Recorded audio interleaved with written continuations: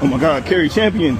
Carrie Champion. I knew that was you, Carrie Champion. No, I love you. I'm not Qerim Champion. Huh? I'm not Qerim Champion. No, you do. You're a sports reporter. I do, but I'm not Qerim Champion. You're the finest woman in sports, Carrie Champion. Unfortunately not, but I appreciate the compliment. My name's Malika. Who? Malika. Malika who? Andrew? Oh, then that's Jaylen Brown girl. You Jaylen Brown girl. I think you're a little confused, buddy. I'm confused. You can tell they ain't, whatever they are, it ain't what it was, right? You could just But smell it was that. something. Yeah. And when it was something with them, maybe he was giving her assurances that she was going to get taken care of. I bet. Because he signs off on every deal that's on that show. Like, you ain't getting on that show if he ain't rocking with you. And they all admit it. They all said it. Dan O said it. Perkins said it. Ryan Clark, that he got to be like, yeah. So if he would have just went and said, yo, hook her up, dog, I'm sure it would have happened, but there's a reason he didn't. And why not? Okay, so we got to talk about this Molly Qerim situation, guys, because new information has came out and the reason why she had left ESPN. Marcellus Wiley was talking about it, as you guys can see in that intro clip. And I want to give you guys more details on what Marcellus Wiley was talking about, because he was talking about how Stephen A. Smith has the power to keep Molly Qerim on that show. And we all know that's true because Stephen A. Smith just recently flexed his power to Cam Newton live to his face and was pretty much telling Cam Newton that he's the reason why he's on that show, and everybody else that comes on that show, they can thank him for giving them the opportunity to be on his show. Let's check out that clip right There's here. plenty of people throughout ESPN's history I have helped get theirs. And anybody who would challenge what the hell I just said to you on national television, they better beware. They better not utter that publicly, because I can tell you, and I didn't say one, I said many. And by the way, Cam Newton, while you're doing that, you can ask the bosses themselves. Plenty of times, spanning my 20 plus years here. Look at the roster. Look at the people here. Look at the diversity on the air. Oh, trust me, I will proudly stand up on a banner and say, I got a little something to do with that, because there's plenty of people that I have fought for over the years. That has never, ever changed. To answer that question directly. I'm probably one of those. So shout out to Stephen A. for that, so I appreciate it. No, so back to that. You ain't the only one on the screen. No. And also what Marcellus Wiley was talking about with Kendra Perkins, he was talking about this clip that Kendra Perkins was talking about his contract with ESPN. I'm Stephen A. because, quick story, I'm on the back end. This is my second year, right? My second year working at ESPN, I was working days.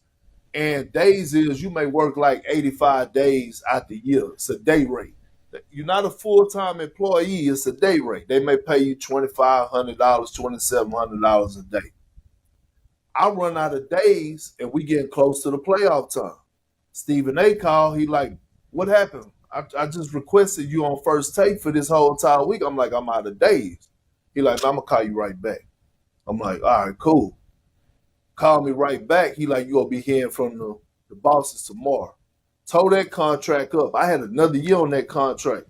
Tore that up and gave me a whole nother contract for another 3 years at like $700,000 a year. Now that more information is coming out, remember ESPN also put out the new report saying that, hey, we went with Malika Andrews basically because shortly after the news broke with Molly Qerim departure, they had put out the info that Malika Andrews just signed a contract extension with ESPN. And that was pretty much them saying like, hey, she's now your replacement. She's going to be the face of ESPN. Be sure to hit that like button for me if you haven't already. That helps this YouTube channel continue to grow. And don't forget to hit that subscribe button, hit that notification bell, stay up to date with all of my current YouTube videos. Peace. Report comes out the next morning, instead of Molly showing up to work, she puts out an Instagram post. And in that Instagram post, you guys remember, one thing she didn't mention was anybody by name, including Stephen A. Smith. Now, I've left a show or two before, and trust me, you're going to name some names when you leave that. Just think about Shannon Sharp when he left Undisputed. Goodness, it took about 10 minutes of all the names he dropped. That's my point. Molly didn't do that. So that lets you know already there's some friction behind the scenes. Okay, so they're reporting that it's supposed to be the end of the year. Molly, by action, says it's right now. Instead of I'm leaving now, I'm leaving right now. She made it immediate. And then Stephen A. Smith makes the statement. Now, interesting once again, see, peep all these differences, right? these contradictions in terms of how they usually move and how they're moving with Molly. Max Kellerman left. Stephen A. Smith didn't even show up for the last day. Remember that? Interesting. And we all know that typically they don't talk about talent when they're gone. They just say, thank you for your services, and we wish you well. This is a little different for many reasons. So when they're trying to paint it, it looks a lot different. Here we go. This is what's going on behind the scenes on the real. Molly was going through a contract negotiation, obviously, and that was not going well, obviously, because Molly wasn't getting what she wanted. What did Molly want? Molly wanted to do other things at the network, which included hosting her own show, kind of the Max Kellerman plan. I leave First Take, that's fine. Y'all got other shows out here, or we could create a show, whatever it may be. Let me land on my feet within the network, still be at the worldwide leader, and do my thing. Now, that wasn't happening. They weren't signing off on her not only hosting another show, but doing other shows within the network. So what happened was offers for her to stay there. Now, reportedly, she's making like around $500,000 a year. Now, contrast that to $20 million a year for Stephen A. Smith, and he's number one on the show and you number two on the show, you could feel a certain type of way. But hey, you got to only eat what you kill. And they didn't feel that she was killing it to the point where they would make her a better offer. And when I say we, I'm not just talking about Burke Magnus. I'm not just talking about all the other bosses that Stephen A. Smith mentions. I'm talking about Stephen A. Smith as well. Because remember, he's an executive producer on that show. And as he will always remind you, that's his show. Think about it. So Molly wants more money to stay on that show. If I'm going to stay, you're going to have to pay me for my suffering. Or give me what I want, give me some more, and let me go do more. They balked at both. So now, what else is going on behind the scenes? The relationship with Stephen A. Smith, one of the worst kept secrets in the business, is that they have a good relationship. They don't, right? They kind of tired on each other, et cetera. I'm not going to go into all the messy details, but the point is they weren't cool with each other to the point someone you work with for 10 years, you don't even mention them when you're gone. And you don't even give them that like partner heads up on air. Like, hey, we did this thing together. This thing is over, right? So that lets you know the business was ugly behind the scenes to the point, and the personal relationship, that I won't even give you that grace. I won't even give you that out. Now think about this. That relationship allows him to know information that others don't, and have influence that others don't. How much you can get paid. You can get the money if I sign off on it, or you can get what you want if I sign off on it. But the thing is, he didn't. How did he know so much about Shannon's situation? And as soon as Shannon went through that fire, he was the first one on air saying, come on, man, and talking on both sides because of the bosses, because he was in that meeting. He was in that meeting knowing what the fate of Shannon Sharpe was months before Shannon Sharpe knew, months before the world knew.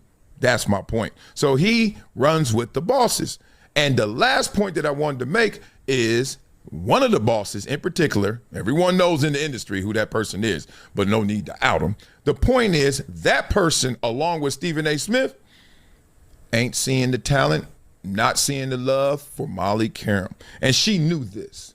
So when that report comes out, I guess it triggers her, or more importantly, she's like, why am I sitting in a situation that I know won't get better? Think about it. You too. Beat it up in the comments. Tell me your thoughts about it. But when you know you need to do something and you know it's best for you, what you waiting for?